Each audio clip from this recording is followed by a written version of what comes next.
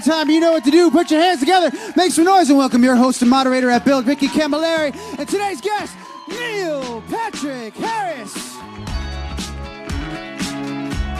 Thanks, everybody. What up? One more time, Neil Patrick Harris. Thank you so much Hi. for being here. Thank you. I like the new digs. This is very cool. Yeah. You are really like our first guest. I feel like I'm on TRL. Is that like a new TRL? Like a new TRL, yeah. Like a newer, cooler TRL. Can the people outside see in?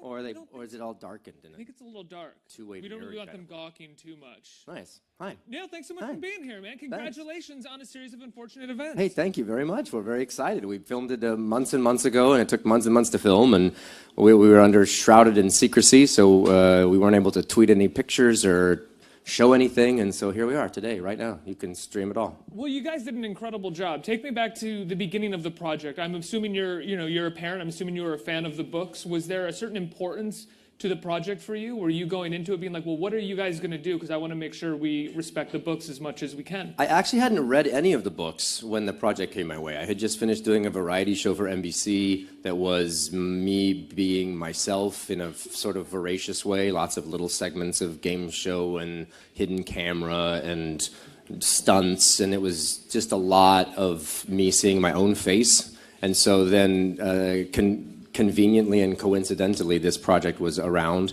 and they were getting greenlit by Netflix, and so it was kind of an interesting, creative, perfect storm for me. They asked if I'd be interested in Olaf. I loved the idea of looking nothing like myself and doing something really transformative. I loved the idea. Once I heard that it was an opportunity, then I read the book, then I read one of the scripts, and they were very, very similar, and I appreciated that they were wanting to make the project on camera look as much like as truthful and faithful to the books as possible. So that seemed like an asset. And I have kids of my own that are 6, and so I think it's fun to be able to be in something that plays to more than one demographic. Have they seen any of it yet? Yeah, they saw the first 2 episodes. They actually saw the first 2 episodes on set. They did a cast and crew filming. A screening of it with everyone the second to the last day of shooting, and the kids had been around, so they liked it. They thought it was funny. So they could recognize you. They'd already seen you in costume, and yeah, for sure. Well, they live here in New York, and we film in Vancouver, and so I would FaceTime with them every day. As in Count very Olaf? weird guises. Sometimes Count Olaf, sometimes Stefano, sometimes Shirley. That was a hoot. How did that usually go? Do you have to explain who you are? Do they freak out, or do they know it's you right away in costume? They knew that it was me calling because FaceTime says Papa, but they never knew when they pushed the button what horrible guise I would be in. But yeah, sometimes when I looked like Shirley, that was fine. But sometimes it would be lunch, and I would have the Shirley wig, but the dress would be off, and I'd have these weird pads, and some of the teeth would be out. So yeah, I've scarred my children a lot. No. Now, the show is incredibly faithful to the books, but one of the things that I also love about it is that it seems, while being faithful, it was open enough to allow you guys to be really playful as actors. It feels like there are jokes and there are riffs that almost kind of came up on set that are played with a little bit more, rather than just being solely faithful to the books. Yeah, we didn't want to make the book feel like some biblical tome or something that we had to be ridiculously strict to. And Daniel Handler, who wrote the books under the pen name of Lemony Snicket, is one of the executive producers. And so if we wanted to change anything, we would clear it through him, and he was very open to it. The show gets to be musical in a way that the books can't. So in some ways it's operatic, and then there's a lot of musical underscore underneath things, and I think that sort of keeps the momentum alive in a way that you probably couldn't do in the books. There's some self-referential things. We talk about streaming media, and we talk about Uber and certain weird things, but... Well, like right away in the trailer, there's the joke about the hourglass, and you say, I bought this online, I wasn't sure how long it would last. Well, that was an interesting thing when we're filming it, because when you read the books, at least when I read the book, I felt that it was an older time period, because you're dealing with Olaf's mansion, and you're dealing with children on Briny Beach, and they take a trolley there, and so you think, what is it, the 40s, the 50s? But it's not. It's intentionally timeless.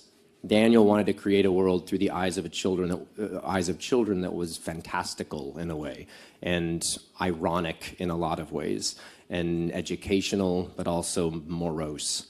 And so when we're filming it, we had to think, what were the costumes? How, are they from a singular period? Because no one had cell phones, but we'll use walkie-talkies.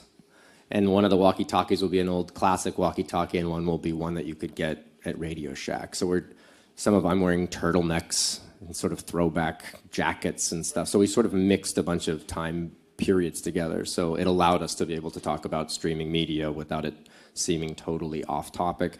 And yet it allowed us the world that didn't have to include iPads. And in that way, it sort of feels a little like a lot like Wes Anderson to me in some ways, where it really takes place in its own world, very fable-like, but at the same time, no specific time period. I love that. I love Wes Anderson. I think he's just amazing, and clearly when you watch one of his movies, the screen is a character, so you have all of the actor people, but you also have great symmetry and great stillness and confidence in the shot selections. But before Wes Anderson was Barry Sonnenfeld, and he is the executive producer of this. He is the director of half of the episodes. He is the heart and spirit of this, and he did the Addams Family movies, the Men in Black movies, Pushing Daisies, and he has a real specific aesthetic. He was a director of photography for the Coen Brothers movies and Raising Arizona. And so while I hear Wes Anderson and appreciate it, I have to pivot to Barry, because really this is his world, and he's extraordinary, and he's such a lovely and odd man with a great sense of humor, and I'm proud to be part of his brain. I was making my way to Barry. Yeah, we all are. He's amazing, and I would say, he has an incredible resume. I personally, I think this is the best thing that I've seen him do. It takes everything that he's wonderful at, and it sort of gives him free rein, it feels like. Barry's a pretty cynical man, and he has been through a lot of chapters in his life professionally that were hampered by circumstance. Big giant movies that didn't do so well. What was the Wild Wild West, which was supposed to be this gigantic bajillion-dollar movie, and it didn't beget a sequel and things like that, right? He was supposed to direct the original movie, right? He was directing the movie that they were going to make in 2003, and while they were building sets and stuff, he was fired from that because they had disagreements. Daniel Handler, who was writing the movie, was fired from that as well. So the two of them, in a weird way, this is a great redemption story for them. But they came at it, at least at the beginning, I was aware of it, very skittish. They were assuming that the other shoe was going to drop at some time. They were just a little beaten. And then Netflix was this new thing that they didn't know about. And they're so overwhelmingly impressed, if I may speak for them, at how Netflix gave them the creative freedom, the financial resources, the artistic resources to make what they actually really wanted to make. I don't think they would have been able to make the movie that they wanted to make given the constraints of how movies worked. And so they had learned lessons, both good and bad, from their past. And I think by the end, and getting to watch what they were actually able to accomplish, they feel like this is something that defines them in a new and unique way. The Netflix ideal is super strong. And I think it's cool that we're doing this and that this is live streaming and everything, because that is the world, is a commercial-free world where you pay for things that you want to watch. Netflix chooses a lot of content, and that's where they spend a lot of time.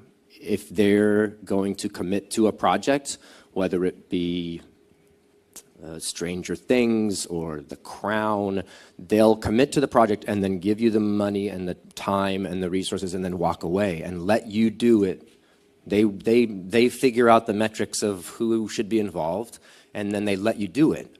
And they don't stand around and question things and nickel and dime things, and then you keep having to make kind of what you wanted to make, it's really freeing creatively, and you end up getting great people to be involved with it. And it kind of does feel like, well, I hope that it is, as someone who likes artist-driven work, that is kind of the future, because it feels like audiences, even the most mainstream of audiences, have grown a little tired of what feels like product made by committee in many ways. Like you can see with Stranger Things, with a series of unfortunate events, with The Crown, that these were things made by a group of artists who truly wanted to tell the best story possible.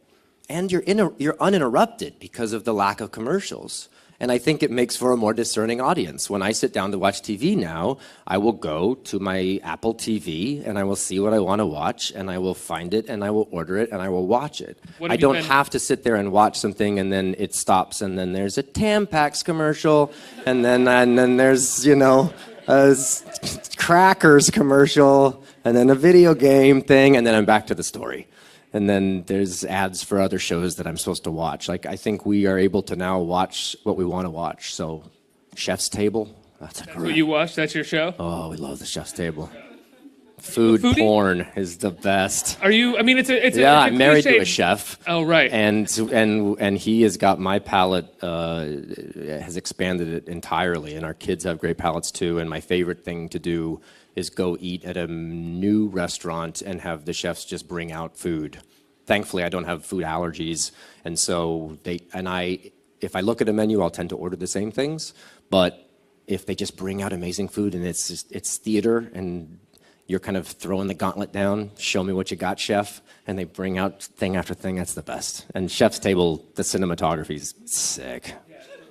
Let's talk about your performance as Count Olaf, because you do an amazing job of, once again, being self-referential and at the same time being sometimes as big as Count Olaf has to be, but without sort of distracting us or pulling us out of the story. I imagine it's a pretty tight rope to walk in terms of being a performer. It was both hard and super duper easy, because Olaf is supposed to be very base, and you don't need to understand where he came from, and he doesn't ever realize his misgivings and change. So I just got to be awful, and at certain points be actually mean and awful, and you need him to be vile in order to validate and justify why these kids don't just leave, or why they're so afraid, and it's part of the engine of it. So that was easy, to go in and just be nefarious and horrible and awful. At the same time, you had to be subtle within it, because if you're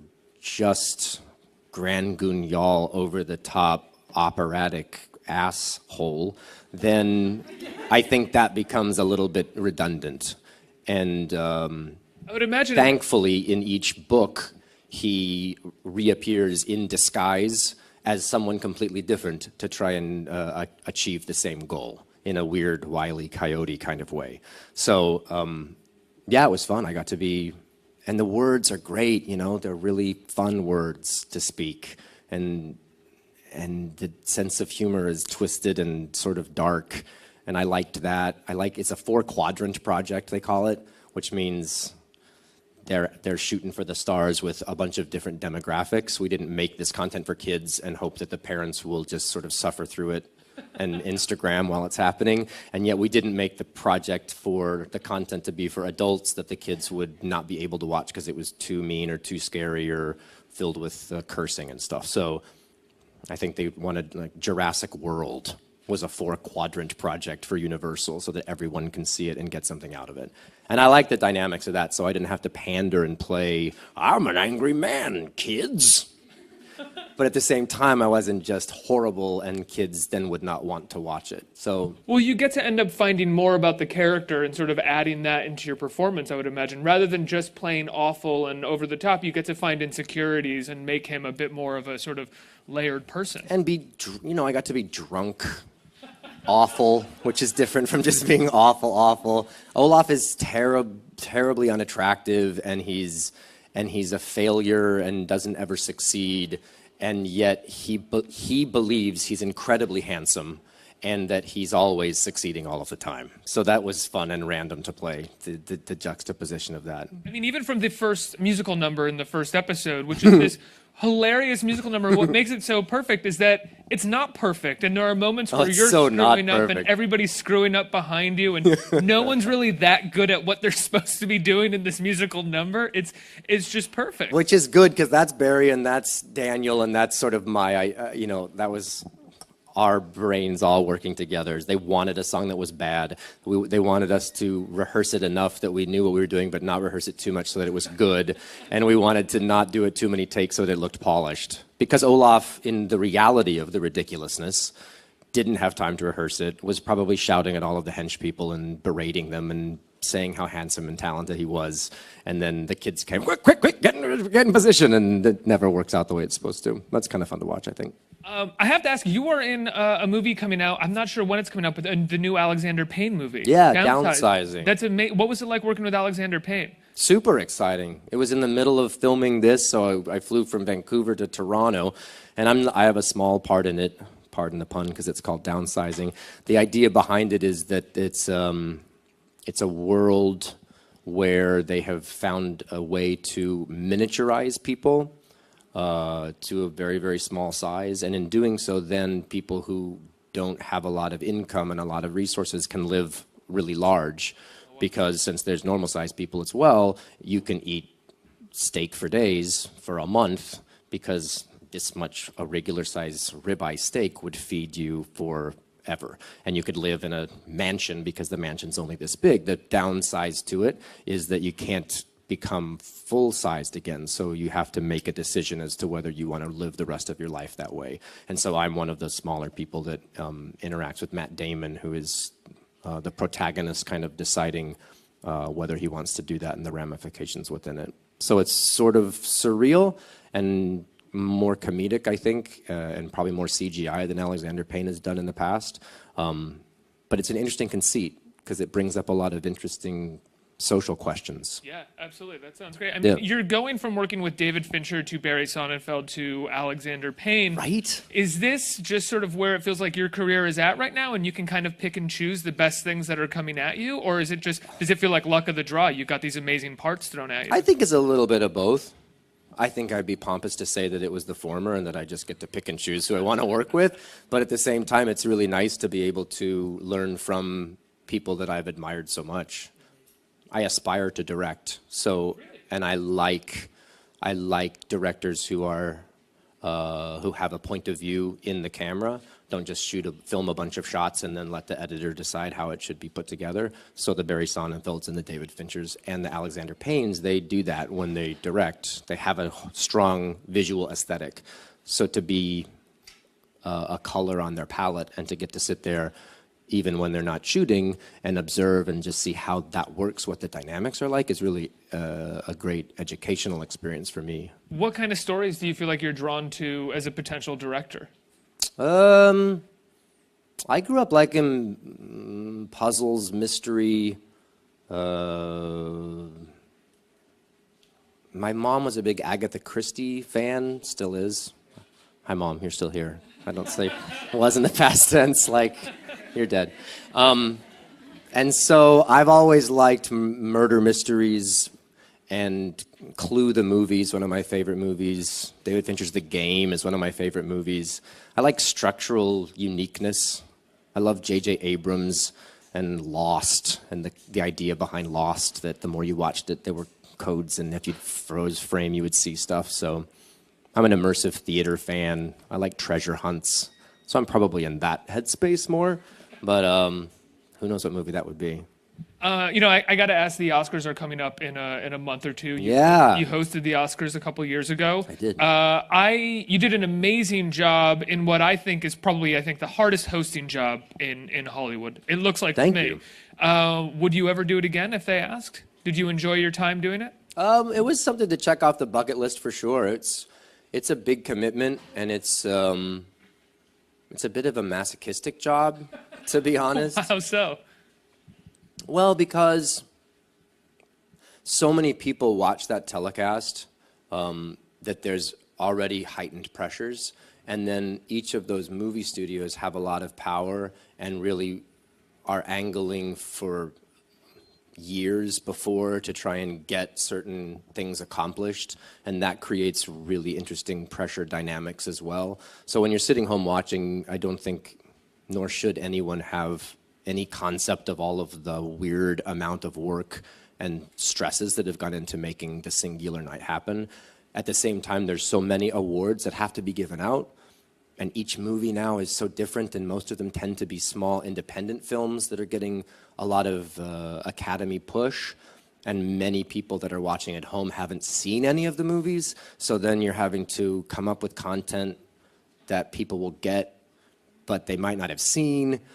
I even thought Jimmy Fallon's opening number at the Golden Globes, which was really great. The La La Land. The La La Land right? thing. But if you haven't seen La La Land, you don't know what that means. It was a really like right on the money parody, homage to La La Land. I agree. I saw that and I was like, I didn't. My parents have not seen La La Right. Land. They don't know what this is. Well, and then at the Academy Awards that I hosted, I did a whole what was the movie? The drumming movie. Birdman. Whiplash. Sorry. So I did a whole Birdman / Whiplash That's thing right. where I got stuck and then I was in my underwear and I was walking like Michael Keaton was, and then I walked by and there's a Whiplash joke and I went out there in my underwear, and that if you hadn't seen the movie, it just looked ridiculous. Oh, he's in his underwear. Yay. Yeah, I'm doing some bad costume stunty thing. So it's a hard job, and it was super fun to do, and I love movies. And I'm real starstruck by people who are in movies because you never really engage with them much. When you see them, it's, oh my gosh, it's Matt Damon. But no one ever talks to Matt Damon, right? Because he's surrounded by security people and he's at a dinner at a restaurant in a corner, and then he gets in his car and he goes to his motorhome village somewhere. I don't know. It's not like you see him on the subway. And so I'm just enamored by all of it. So I say all that and also say that I think Jimmy Kimmel is going to be fantastic as the host this year. He's just a great host. He's an affable guy that is incredibly sincere, has a great sense of humor that's also kind of dark, and so he can make caustic jokes and it's still really palatable. He's sort of your frat friend that can get away with stuff. He's kind of the Barney Stinson of talk show hosts to me. Well, you're a great host too. I think you're just a different kind of host than Jimmy Kimmel is. He is more of the late night talk show host. You're more of the sort of MC, sort of variety show kind of host. If that makes sense. I'm more Kermit. I like jugglers too much. Who's a celebrity that you were most starstruck to encounter in your career? Jim Henson. Wow. I was Good younger. He was on an airplane. And I was on an airplane too, and we were directly across the row from each other.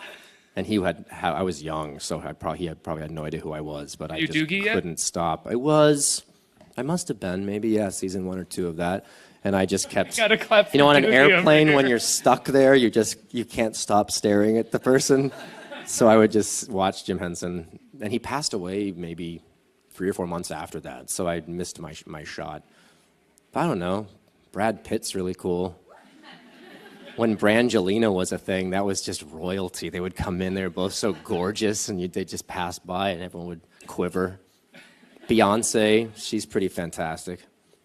I don't know, I like famous people. They're I do cool. too. That's why I'm sitting here. What about you? That's a good question for you, and you interview people, so... It's always like a really weird one, and my answer is never that good because like massive famous people, you sort of work it up and you get nervous and then they're just totally normal and fine. But the ones who are actually kind of idiosyncratic and weird maintain a kind of starstruck thing because you can't get anything from them because they're just really idiosyncratic. Yeah, that's true. I get that. Yeah. Let's open up to the audience for questions. Who has questions out here? Hi, how are you? Oh, hi. Good. Sorry. Hi. This is so exciting. You're Neil Patrick Harris. This is like. I am. Thank you. I was wondering, how do you kind of balance your passion for TV and film versus musical theater? Because I find that it's very hard to pursue both at the same time. I feel like I've been very fortunate to be able to dabble in a lot of it. And I think maybe because I started so young and I did a singular thing and was worried that I would therefore not get to do other things, I've had maybe an extra drive to make sure that I was able to do other things. And I don't mean able to do other things, but able to learn how to do other things, because each of those are such different skills, right? Making a movie is just a super different experience because you're in a little bubble gypsy world of people who are really good at what they do, but it's tight close-ups that are going to be appearing on a giant screen, so subtlety is really observed. Television is a lot more material being thrust at you all day, a much higher page count, if that makes sense. So instead of doing one scene for 2 days, you're doing 4 scenes in 1 day, so you're regurgitating more material. And you have to do it faster, but still make it look good. Multi-camera is the same thing, but now with 4 cameras. So even as I'm acting with you, I'm aware that there's also these potential cameras going, so your mind's working in a different way. Theater, totally different. It's everyone's watching the same performance, whether you're sitting there or you're sitting way, way, way back there. So you have to figure out in your mind how to craft a performance that both people will get, maybe in different ways, but they won't see nothing and they won't see too much, right? So, I don't know, I think the fun thing is to be able to, when you're doing one thing, figure out how to do it as effectively as possible so that if you are lucky enough to get the shot to do it, the chance to do it again, you've learned stuff from it and maybe try and incorporate one into the other. I've gotten to do musical stuff on film and I've gotten to do kind of filmic work in theater, so I've been very fortunate. Nice question. Can I re-answer your question from before about being starstruck? I'm sorry, but yeah, it go. just occurred. Isabelle Huppert. That was some. Really? Her and Paul Verhoeven earlier this year. I was kind of nice. Director of RoboCop and Isabelle Huppert is pretty incredible. There we go. Awesome. Sorry. I mean, on the topic of being starstruck, like I'm starstruck right now. This is awesome. Thanks. I'm such a big fan of How I Met Your Mother. Oh, right on. Thank you. I'm so excited for Lemony Snicket, but I couldn't have you here and not ask, how do you and David come up with your amazing Halloween costumes every year? And could you give us a hint, maybe, what's up next if you've thought about it? It didn't come around. It came about because for their first year, they were just these really fat little baby things. And there were 2 of them, and so every month we would take a ridiculous picture with our camera phones in some kind of costume that looked like the month made sense. So for Halloween, because they were born in October, so Halloween was the first one, right? So they were laying on their backs, and we just put all severed heads and body parts and snakes around them, and then we took a picture from above, and there's these 2 little babies with all this horrible Halloween stuff everywhere. And we did that for a year. We thought that was fun, but then we didn't want to dress up our kids all the time like they're rag dolls. And then Halloween came around the next year, and we thought, oh, let's do a family picture. And so we took one, and then we just kept on doing it. And now that they're getting older, they have a lot more input, which is so annoying. Because when we would just say, put this on, it was just hard to, get Harper to keep her Tinkerbell wings on. But now they don't even want to be Tinkerbell. Tinkerbell's dumb. Tinkerbell's not so dumb. So we slow played the old Hollywood one that we did this year because I knew that they wouldn't really think that was super cool. So we just started having Charlie Chaplin movies on in the background. Oh, that's funny. Look at that guy. Who's this James Dean guy? He's so dreamy, isn't he, Gideon? That guy? So they finally agreed to do it. Next year, yeah, we actually do have a plan for next year that we thought of that I think will be cool. I hope they play along. I don't want to give any hints. Are you It's slow like a playing weird it now? game show. No, I think I'm changing my plan. Now I'm going to let them be whatever they want for actual Halloween, and we'll just do like a photo setup picture for us for this because it's fun for us, but not on Halloween. So we're not forcing them to wear Halloween costumes that they don't want to wear. But it's fun. I don't know. I love costumes. I love Halloween. I love being scared. Neil, I have to let you go. Congratulations on a series of unfortunate events. When can people see it? People can see it right now. It's a really good question why you're not watching it right now, to be honest. But it's, there's all 8 are streaming on Netflix as of today, Friday the 13th. And they're great. And it's so fantastic. Congratulations, Thank Mr. you. Neil Patrick Harris, everybody. Thanks, everybody. Cheers.